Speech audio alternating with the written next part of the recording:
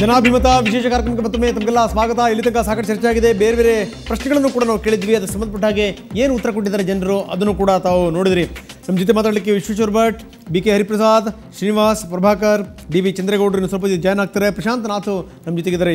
ಇವರೆಲ್ಲರ ಜೊತೆಗೂ ನಾನು ಚರ್ಚೆಯನ್ನು ಮುಂದುವರಿಸ್ತಾ ಇದ್ದೀನಿ. ನನ್ನ ಮುಂದಿನ ಪಾಯಿಂಟ್ ಪ್ರಣಾಳಿಕೆ ಬಗ್ಗೆ ಮಾತಾಡಾಯಿತು. ಇನ್ನು ಅರ್ಹ ಅಭ್ಯರ್ಥಿಗಳಿಗೆ ಟಿಕೆಟ್ ನೀಡಿದ್ದಾರಾ ಅನ್ನುವಂಥದ್ದು, ಅಂದರೆ ಅಭ್ಯರ್ಥಿಗಳ ಆಯ್ಕೆ ಸರಿಯಾಗಿದೆಯಾ ಅನ್ನುವಂಥದ್ದು. ಬಹುಶಃ ವಿಶ್ವೇಶ್ವರ ಭಟ್ರು ಉತ್ತರ ಕೊಡ್ತಾರೆ ಅಂತ ನಾನು ಭಾವಿಸ್ತೀನಿ. ಸರ್, ಎಲ್ಲದೂ ಸರಿಯಾಗಿದ್ದರೆ ಬಹುಶಃ ಇಷ್ಟೊಂದು ಭಿನ್ನಮತಗಳು, ಇಷ್ಟೊಂದು ಗೊಂದಲಗಳು, ಒಬ್ಬರ ಮೇಲೆ ಒಬ್ಬರನ್ನೊಬ್ಬರು ಸೋಲಿಸಲಿಕ್ಕೆ ನಡೆಸುವಂಥ ತಂತ್ರಗಾರಿಕೆಗಳು ಇದು ಯಾವುದೂ ಕೂಡ ಇರ್ತಿರಲಿಲ್ಲ ಅಂತ ಭಾವಿಸ್ತೀನಿ ನಾನು.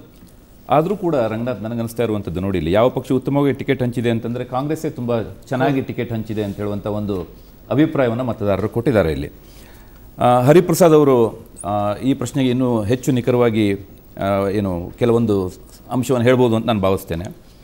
42 ಕ್ಷೇತ್ರಗಳಲ್ಲಿ ಕಾಂಗ್ರೆಸ್ನಲ್ಲಿ ಬಂಡಾಯ ಇದ್ದದ್ದನ್ನು ನಾವು ನೋಡಿದ್ದೀವಿ. ಅದಾದ ನಂತರ ವೀಕ್ಷಕರು ಮತ್ತು ನಾಯಕರು ಎಲ್ಲ ಹೋಗಿ ಈಗ ಆ ಕ್ಷೇತ್ರಗಳ ಸಂಖ್ಯೆ 18ಕ್ಕೆ ಇಳಿದಿದೆ.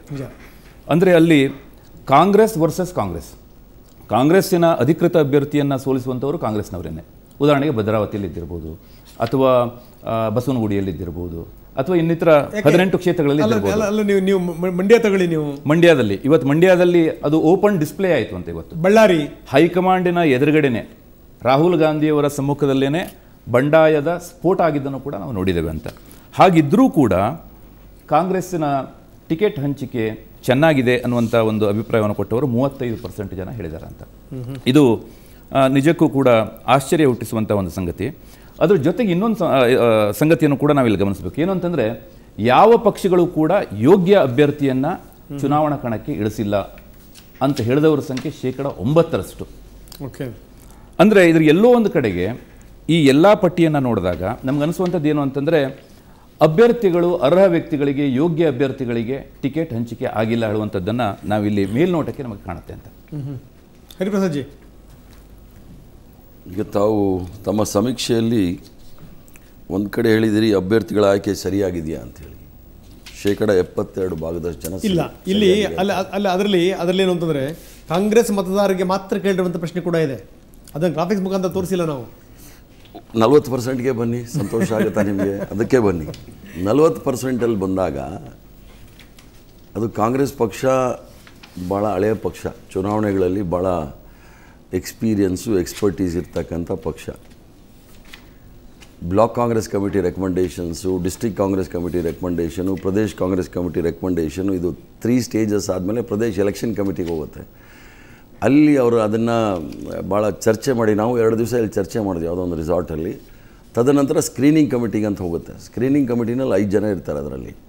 ಅದರಲ್ಲಿ ಚೇರ್ಮನ್ ಒಬ್ಬರು ಇರ್ತಾರೆ, ಮೆಂಬರ್ ಒಬ್ಬರು ಇರ್ತಾರೆ. ಈ ಸಲ ಚೇರ್ಮನ್ರು ನಮ್ಮ AK ಲೂಸಿನ್ ಫೆಲೋರಿಯೋ ಮತ್ತು ಇವರಿದ್ರು ಜಿತೇಂದ್ರ ಸಿಂಗ್ ಅಂತ ಹೇಳಿ. ಅದರಲ್ಲಿ ಆಮೇಲೆ ಮಧುಸೂದನ್ ಮಿಸ್ತ್ರಿ PCC ಅಧ್ಯಕ್ಷರು, CL ಲೀಡರ್. ಅದರಲ್ಲಿ ಇಬ್ಬರು ಎಲ್ಲ ನಾಯಕರ ಅಭಿಪ್ರಾಯಗಳನ್ನು ಕ್ರೋಢೀಕರಿಸಿ ಅಲ್ಲಿ ಇಂಥವ್ರ ಅಭಿಪ್ರಾಯ ಇದೆ ಅಂತ ಹೇಳಿ ತದನಂತರ ಸೆಂಟ್ರಲ್ ಎಲೆಕ್ಷನ್ ಕಮಿಟಿಗೆ ಹೋಗುತ್ತೆ. 5 ಸ್ಟೇಜಲ್ಲಿ ಅದು ತೀರ್ಮಾನ ಆಗುವಾಗ ಅದು ಸರಿಯಾಗೇ ಇರುತ್ತೆ. ಆದರೆ ಹರಿಪ್ರಸಾದ್ ಅವರು ಈ ಸಲ ಪ್ರಾಯಶಃ ಇಷ್ಟೊಂದು ಗೊಂದಲದ ಗೂಡು ಯಾವತ್ತೂ ಕೂಡ ಆಗಿರಲಿಲ್ಲ. ನಿಮಗೆ ಅಲ್ಲಿ ಏನು ಪ್ರತಿಭಟನೆಗಳಾದವು, ಸುಮಾರು 11 ದಿವಸಗಳ ಕಾಲ ಕಾಂಗ್ರೆಸ್ಸಿನ ಕಚೇರಿ ಮುಂದೆ ಪ್ರತಿಭಟನೆ ಆಯಿತು. ದುಡ್ಡನ್ನು ತೆಗೆದುಕೊಂಡು ಟಿಕೆಟನ್ನು ಕೊಟ್ಟಿದ್ದಾರೆ ಹೇಳುವಂಥ ಒಂದು ಆರೋಪಗಳು ಕೇಳಿಬಂದವು. ನಂತರ ಟಿಕೆಟ್ ಹಂಚಿಕೆ ಗೊಂದಲದಿಂದಾಗಿ ಒಂದು ಕಮಿಟಿಯನ್ನು ನೇಮಿಸುವಂಥ ಒಂದು ಹಂತಕ್ಕೂ ಕೂಡ ನೀವು ಹೋದ್ರಿ ಅಂತ. ಒಂದು ಫಸ್ಟ್ ಟೈಮ್ ಪ್ರಾಯಶಃ ಇಷ್ಟೊಂದು ಗೊಂದಲ ಆಗಿದೆ, ವಿವರಗಳಾಗಿದೆ, ಅಕ್ರಮ ಆಗಿದೆ ಅಂತ ಹೇಳಿ ಸತ್ಯ ಶೋಧನಾ ಸಮಿತಿಯನ್ನು ಕೂಡ ರಚಿಸುವಂತ ಒಂದು ಸಂದರ್ಭ ಬಂತು ಅಂತ. ಈಗ ಒಂದು ಬೇಹುಗಾರ ಸಮಿತಿ ಬೇರೆ 60 ಜನರ ನೇಮಕ ಆಗಿದೆ. ಶ್ರೀರಂಗಪಟ್ಟಣದ ಟಿಕೆಟ್ ಅನ್ನ ಸೆಂಟ್ರಲ್ ಎಲೆಕ್ಷನ್ ಕಮಿಟಿ ಮಾನ್ಯ ಮಾಡಿದ ನಂತರವೂ ಕೂಡ ಕೊನೆಯ ಗಳಿಗೆಯಲ್ಲಿ ಅಂಬರೀಶ್ ಒತ್ತಡದ ಕಾರಣದಿಂದ ಬದಲಾಯಿಸಿಲ್ಲ. ಇಲ್ಲ ಅಂತ ಇತಿಹಾಸ ಹಿಂದೂ ಇದೆ. ದಾವಣಗೆರೆಯಲ್ಲಿ B ಫಾರ್ಮ್ ಕೊಟ್ಟಾದ್ಮೇಲೆ ಅದನ್ನು ಕಾಟ್ ಹಾಕ್ಬಿಟ್ಟು ಬೇರೆ ಕೊಟ್ಟರಂತ ಉದಾಹರಣೆಗಳಿದೆ. ಸೊ ಅದೇನು ಹೊಸದಲ್ಲ. ಆದರೆ ತೀರಾ ಹೆಣ್ಮಕ್ಳುಗಳೆಲ್ಲ ಸೋನಿಯಾ ಗಾಂಧಿ ಮನೆ ಮುಂದ್ಗಡೆ ಬಂದು ಪ್ರತಿಭಟನೆ ಮಾಡುವಂಥ ಸ್ಥಿತಿ ತಲುಪಿಬಿಟ್ರಿ ನೀವು. ಜೊತೆಗೆ ಯಾರ್ಯಾರ ಒತ್ತಡಗಳಿಂದ ಬದಲಾಯಿಸುವಂಥದ್ದು. ಎಕ್ಸಾಂಪಲ್ ನಾತು ಹೇಳಿದಂಗೆ ಶ್ರೀರಂಗಪಟ್ಟಣದ ಅಭ್ಯರ್ಥಿ. ಸೊ ಇದೆಲ್ಲದರ ಹೊರತಾಗಿನೂ ಕೂಡ 5 ಜನರ ಕಮಿಟಿನಲ್ಲಿ ಬಂದಿದೆ ಅಂತಂತಂದರೆ ಇದು ಬಹಳ ಕರೆಕ್ಟಾಗಿರುತ್ತೆ ಅನ್ನೋಂಥ ಮಾತನ್ನು ಹೇಳ್ತಾ ಇದ್ದೀರಿ ತಾವು. ಈಗ ತಾವೆಲ್ಲ ಕೆಲವೆಲ್ಲ ಹೂವೇ ಮಾಡ್ಕೊಂಡು ಹೇಳ್ತಾ ಇದ್ದೀರಾ ವಿನಃ ಸತ್ಯ ಶೋಧನಾ ಕಮಿಟಿ, ಬೇಹುಗಾರಿಕೆ ಕಮಿಟಿ, ಅಥವಾ ಭಾಳಷ್ಟು ಪ್ರತಿಭಟನೆಗಳಾಯಿತು ಇವೆಲ್ಲ. ನಾನು ಸುಮಾರು 40 ವರ್ಷ ಆಯ್ತು ಈ ಪಾರ್ಟಿನಲ್ಲಿ, ಎಲ್ಲ ಚುನಾವಣೆಗಳಲ್ಲೂ ಸಹ ಮುಂದೆ ನಿಂತಿರ್ತೀನಿ. ಏನಾದರೂ ಗೊಂದಲಗಳು ಕಡಿಮೆ ಆಗಿದೆ ಅನ್ನೋದಿದ್ದರೆ ಯಾವುದಾದ್ರೂ ಚುನಾವಣೆಯಲ್ಲಿ ಇದೇ ಮೊದಲನೇ ಬಾರಿಗೆ. ಒಂದೇ ಒಂದು ಕಲ್ಲು ಬಿದ್ದಿರಲಿಲ್ಲ ಆಫೀಸಲ್ಲಿ, ಪ್ರತಿಭಟನೆ ಮಾಡಿದ್ದಾರೆ. ಪ್ರಜಾಪ್ರಭುತ್ವದಲ್ಲಿ ನಂಬಿಕೆ ಇರ್ತಕ್ಕಂಥ ಪಕ್ಷ, ಪಾರದರ್ಶಕವಾಗಿರ್ತಕ್ಕಂಥ ಪಕ್ಷ ಅಲ್ಲಿ ಬಂದು ಅವರ ಬೇಡಿಕೆಗಳನ್ನ ಮುಂದಿಡೋದ್ರಲ್ಲಿ ಏನು ತಪ್ಪಿಲ್ಲ.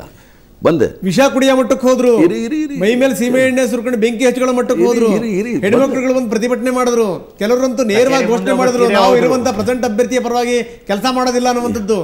ಮೊನ್ನೆ ತಾನೇ ದಿವಾಕರ್ ಬಾಬು ಘೋಷಣೆ ಮಾಡಿದ್ರು, ಯಾರ ಬಂದು ಪ್ರಚಾರ ಮಾಡಿದ್ರು ಕೂಡ ನಾನಂತೂ ಲಾಡ ಪರವಾಗಿ ನಿಲ್ಲಲ್ಲ ಅಂತ. ಇನ್ನು ಮಂಡ್ಯದಲ್ಲಿ ಆಗಿರುವಂತ ಸ್ಥಿತಿ ತಮಗೆ ಗೊತ್ತಿರುವಂತ ಸಂಗತಿನೇ ನಿಮ್ದು. ಇದೆಲ್ಲರೂ ಹೊರತಾಗಿ ತಾವು ಹೇಳ್ತಾ ಇದ್ದೀರಿ, ಏನು ಸಮಸ್ಯೆಗಳಾಗಿಲ್ಲ. ನಾನು ಹೊಸದು ಅಂತ ಏನು ಹೇಳಲಿಲ್ಲ. ಈ ಪಕ್ಷ ಅದನ್ನೆಲ್ಲ ಜೀರ್ಣ ಮಾಡ್ಕೊಂಡು ಬಂದಿದೆ.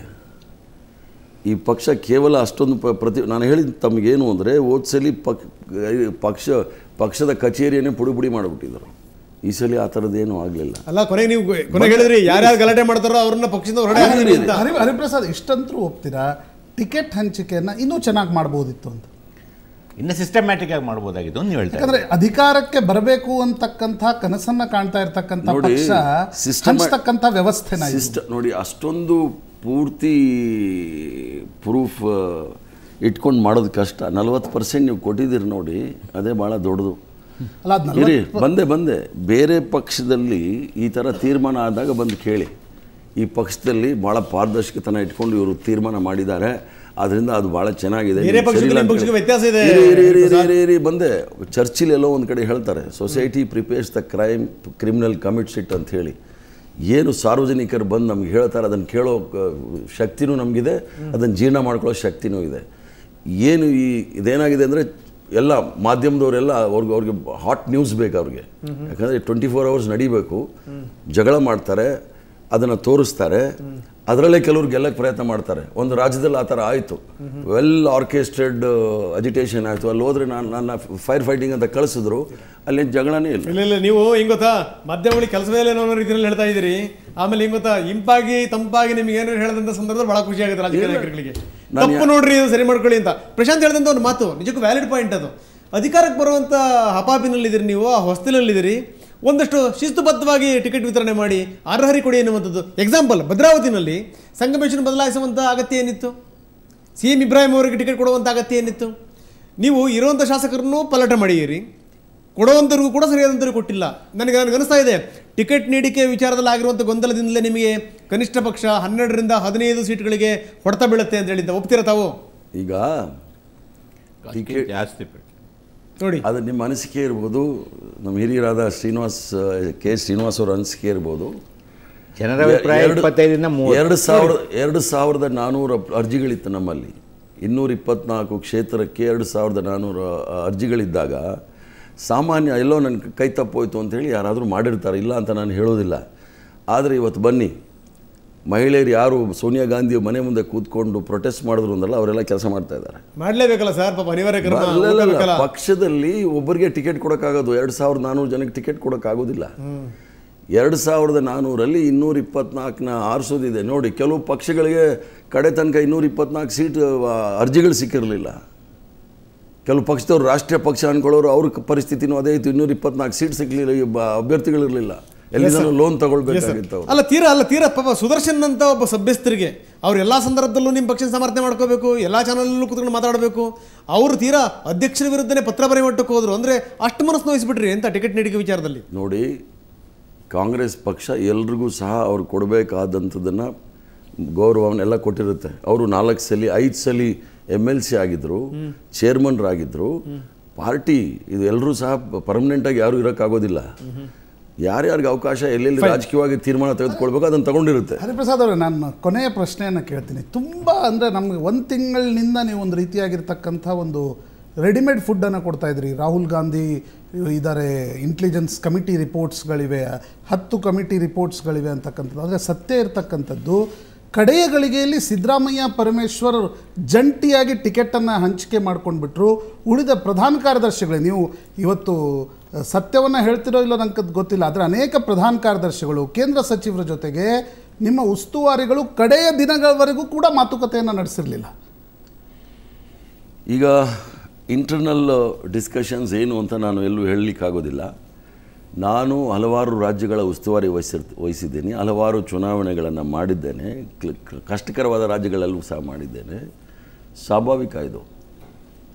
ಅಂದರೆ ಬೇರೆ ಪಕ್ಷದಲ್ಲಿ ಯಾಕಿಲ್ಲ ಅಂತ ನೀವು ಕೇಳ್ಬೋದು. ನಮ್ಮಲ್ಲಿ ಸರ್ಕಸ್ಸಲ್ಲಿ ಪ್ರಾಣಿಗಳಿಗೆ ಟ್ರೈನ್ ಮಾಡಿರ್ತಾರೆ ನೋಡಿ, ಹುಲಿ ಸಿಂಹ ರಿಂಗ್ ಲೀಡರ್ ನಿಂತ್ಕೊಂಡ್ರೆ ಅದು ಕೂತ್ಕೊಳ್ಳುತ್ತೆ, ಅದು ಹಂಗಲ್ಲ ನಮ್ಮದು ಪಬ್ಲಿಕಲ್ಲಿ ಇರುತ್ತೆ. ಅವ್ರು ನಾವು ಟ್ರೈನ್ ಮಾಡಲ್ಲ, ಅವ್ರು ಯಾವಾಗ ಬೇಕು ಆವಾಗ ಪ್ರತಿಭಟನೆ ಮಾಡ್ತಾರೆ, ಯಾವಾಗ ಬೇಕು ಆ ಕೆಲಸ ಮಾಡ್ತಾರೆ. ಆದ್ದರಿಂದ ನಮಗೂ ಬೇರೆ ಪಕ್ಷನೂ ಹೋಲಿಸಕ್ಕೆ ಹೋಗಬೇಡಿ. ನಮ್ಮ ಡಿಸಿಪ್ಲಿನ್ ಬೇರೆ, ಬೇರೆ ಪಕ್ಷ ಡಿಸಿಪ್ಲಿನ್ ಬೇರೆ. ಕಾಂಗ್ರೆಸ್ ಪಕ್ಷ ಉತ್ತಮವಾಗಿ ಟಿಕೆಟ್ ಹಂಚಿದೆ ಅನ್ನೋದ್ರ ಬಗ್ಗೆ ಒಂದು 35% ಒಪಿನಿಯನ್ ಇದ್ದಾಗ್ಯೂ ಕೂಡ ಜನಜನಿತವಾಗಿ ಅನಿಸಿರೋದೇನು ಅಂತಂದರೆ ಟಿಕೆಟ್ ಹಂಚಿಕೆ ಏನೂ ಸಮರ್ಪಕವಾಗಿ ಆಗಿಲ್ಲ. ಅದ್ರ ಬಗ್ಗೆ ಸಾಕಷ್ಟು ಪೆಟ್ಟು ಕಾಂಗ್ರೆಸ್ಸಿಗೆ ಬೀಳ್ತಕ್ಕಂಥ ಸಂದರ್ಭ ಭಾಳ ನಿಚ್ಚಳವಾಗಿದೆ. ಯಾವ ತೃಪ್ತಿಕರವಾದಂಥ ಅವ್ರ ಕಷ್ಟಗಳನ್ನು ಅವ್ರು ಹೇಳಿದ್ದಾರೆ. ನಾನು ಹರಿಪ್ರಸಾದ್ ಅವರ ಅನುಭವವನ್ನು ಪ್ರಶ್ನೆ ಮಾಡೋದಿಲ್ಲ, ಯಾಕಂತಂದರೆ ಅವ್ರು ಸಾಕಷ್ಟು ಬಹುಶಃ ನಮ್ಮ ಯಾರಿಗೂ ಇಲ್ಲದೇ ಇದ್ದಷ್ಟು ಅನುಭವವನ್ನು ಆಲ್ ಇಂಡಿಯಾ ಕ್ಯಾನ್ವಾಸ್ ಮೇಲೆ ಅವರು ಪಡ್ಕೊಂಡಿದ್ದಾರೆ. ಆದರೆ ಇದು ಸಮರ್ಥನೀಯವಲ್ಲ. ಇದು ಫಾರ್ಮ್ಯಾಟ್ ಎಲ್ಲ ಇದೆ. ಡಿಸ್ಟ್ರಿಕ್ಟ್ ಕಾಂಗ್ರೆಸ್ ಕಮಿಟಿ ಇರ್ತದೆ, ತಾಲೂಕು ಕಾಂಗ್ರೆಸ್ ಕಮಿಟಿ ಇರ್ತದೆ, ಪ್ರದೇಶ ಕಾಂಗ್ರೆಸ್ ಕಮಿಟಿ ಇರ್ತದೆ, ಎಲೆಕ್ಷನ್ ಕಮಿಟಿ ಇರುತ್ತೆ. ಕೊನೆಗೆ ಏನಾಗುತ್ತೆ ಅಂತಕ್ಕಂಥದ್ರ ಬಗ್ಗೆ ನನಗೂ ಸಾಕಷ್ಟು ಅನುಭವ ಇದೆ. ಕಾಂಗ್ರೆಸ್ಸಿಗೆ ಮಣ್ಣೊತ್ತು ಅನುಭವದ ಮೇಲೆ ನಾನು ಹೇಳೋದಾದರೆ ಆ ಕೊನೆಗೆ ಆಗೋದಿದೆಯಲ್ಲ, ಅದು ಪ್ರತಿಯೊಂದು ಎಲೆಕ್ಷನಿಗೂ ಒಂದು ವಿಚಿತ್ರವಾದಂಥ ರೀತಿಯಲ್ಲಿ ಆಗುತ್ತೆ. ಅದು ಕೊನೆಗೆ ಆಗೋದೇನು ಅಂದರೆ ಆ ಪಕ್ಷ ತನಗೆ ತಾನೇ ಅನ್ಯಾಯವನ್ನು ಮಾಡ್ಕೊಳ್ಳೋದ್ರಲ್ಲಿ ಒಂದು ಎಕ್ಸ್ಪರ್ಟೈಸ್ನೇ ಅದು ಕ್ರಿಯೇಟ್ ಮಾಡ್ಕೊಂಡಿದೆ ಅಂತ ಹೇಳಿ ಭಾಳ ವಿಷಾದಕರವಾಗಿ ಹೇಳಲಿಕ್ಕೆ ಬಯಸ್ತೇನೆ. ಪ್ರತಿ ಚುನಾವಣೆಯ ಹಿಂದಿನ ರಾತ್ರಿ ಇದೆಯಲ್ಲ, ಕತ್ತಲ ರಾತ್ರಿ ಏನು ಬೇಕಾದ್ರೂ ಆಗುತ್ತೆ ಅಂತಾರಲ್ಲ, ಹಂಗದು ಹೆಂಗೋ ಅಂತೂ ಗೊತ್ತಿಲ್ಲ. ಇವ್ರು ಹೇಳಿದಷ್ಟು ಉದ್ದೇಶ ಶುದ್ಧಿಯಿಂದ ಅದರ ತೀರ್ಮಾನಗಳು ಆಗೋದಿಲ್ಲ. ಅದರಿಂದ ಅದ್ರ ಬಗ್ಗೆ ಹೆಚ್ಚು ವಿಶ್ವಾಸ ಪಡಬೇಕಾದಂಥ ಅಗತ್ಯ ಇಲ್ಲ. ಈಗಲಾದರೂ ಡ್ಯಾಮೇಜ್ ಕಂಟ್ರೋಲ್ ಮಾಡೋ ಕೆಲಸವನ್ನು ಸ್ವಲ್ಪ ಜಾಸ್ತಿ ಮಾಡಬೇಕಾಗತ್ತೆ. ಇಲ್ಲಿ ಇದು ರಾಷ್ಟ್ರೀಯ ಪಕ್ಷಗಳಿರ್ತಕ್ಕಂಥದ್ದು ಎರಡು ಬಹಳ ಮುಖ್ಯವಾಗಿ ನಮ್ಮ ರಾಜ್ಯದಕ್ಕೆ ಸಂಬಂಧಪಟ್ಟಾಗೆ ಕಾಂಗ್ರೆಸ್ಸು BJP. ನಾವೆಲ್ಲ ರೀಜನಲ್ ಪಾರ್ಟೀಸ್ ಟೈಪ್ ಇದ್ದೀವಿ. ಇಲ್ಲೇನಾಗುತ್ತೆ, KH ಅವ್ರು ಹೇಳ್ದಂಗೆ ಒಂದು ಕಾಂಗ್ರೆಸ್ನಲ್ಲಿ ನಮಗೆ ತಿಳಿದ ಮಟ್ಟಿಗೆ ನಮಗೆ ಬಂದಿರತಕ್ಕಂಥ ಸುದ್ದಿ ಒಂದು ಸೂಯಿಸೈಡಲ್ ಸ್ಕ್ವಾಡ್ ಅಂತ ಒಂದು ರೆಡಿ ಇರ್ತದೆ. ಅದು ಅಲ್ಲಿ ಏನೂ ಮಾಡಲಿಕ್ಕಾಗಲ್ಲ. ಯಾರಪ್ಪ ಕಾಂಗ್ರೆಸ್ ವಿರೋಧಿಯಿಂದ ಬಹಳ ಜನ ಸ್ನೇಹಿತರು ಹೇಳೋದು ಕಾಂಗ್ರೆಸ್ನವ್ರ ವಿರೋಧಿಗಳು ಬೇರೆ ವಿರೋಧಿಗಳಿಲ್ಲ ಅಂತಕ್ಕಂಥದ್ದು ಅದು ಅನುಭವದ ಮಾತಾಗೋಗ್ಬಿಟ್ಟಿದೆ ಇವತ್ತಿನ ದಿವಸ. ನಾಯಕರುಗಳೇ ಭಾಳ ಹೆಚ್ಚಿನ ಸಂಖ್ಯೆ ಇರೋದ್ರಿಂದ ಇದು ಕ್ಯಾಂಡಿಡೇಟ್ಸು ತುಂಬ ಜನ ಇರ್ತಾರಲ್ಲ ಮುಖ್ಯಮಂತ್ರಿಗಳಾಗಬೇಕು ಅಂತ ಅಂದ್ಬಿಟ್ಟು, ಅಥವಾ ಆ ಥರ ಆದಾಗ ಈ ಥರದ್ದೆಲ್ಲ ಸಾಮಾನ್ಯ. ಭಾಳಷ್ಟು ಓದಿದ್ದೀವಿ. ನಿಮ್ಮ ಪಕ್ಷಗಳಲ್ಲೂ ಅಷ್ಟೇ, ಶ್ರೀನಿವಾಸ್ ಅವ್ರ ಪಕ್ಷದಲ್ಲೂ ಕೂಡ ಇದೇ ರೀತಿಯಾದಂಥ ಒಂದು ಗೊಂದಲವೂ ಕೂಡ ಇತ್ತು ಅಂತ ಸರ್. ಈಗ ನಮ್ಮಲ್ಲಿ ಏನಾಗ್ತದೆ ಅಂದರೆ, ಈಗ ನಮ್ಮದು JDSನಲ್ಲಿ ನಮ್ಮಲ್ಲೂ ಕೂಡ ಸಿಕ್ಕಾಪಟ್ಟೆ ಡಿಮ್ಯಾಂಡ್ಸ್ ಇತ್ತು. ಎಲ್ಲರಿಗೂ ಎಲ್ಲ ರೀತಿ ಸ್ಯಾಟಿಸ್ಫೈ ಮಾಡಲಿಕ್ಕೆ ಆಗೋದಿಲ್ಲ.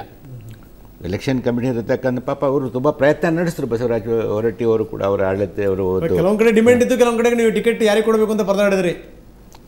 ದಯವಿಟ್ಟು ಕ್ಷಮಿಸಿ ಸ್ವಾಮಿ, 224 ಕ್ಷೇತ್ರಕ್ಕೂ ಕೂಡ ನಮ್ಮಲ್ಲಿ ರೆಡಿ ಆಗಿತ್ತು.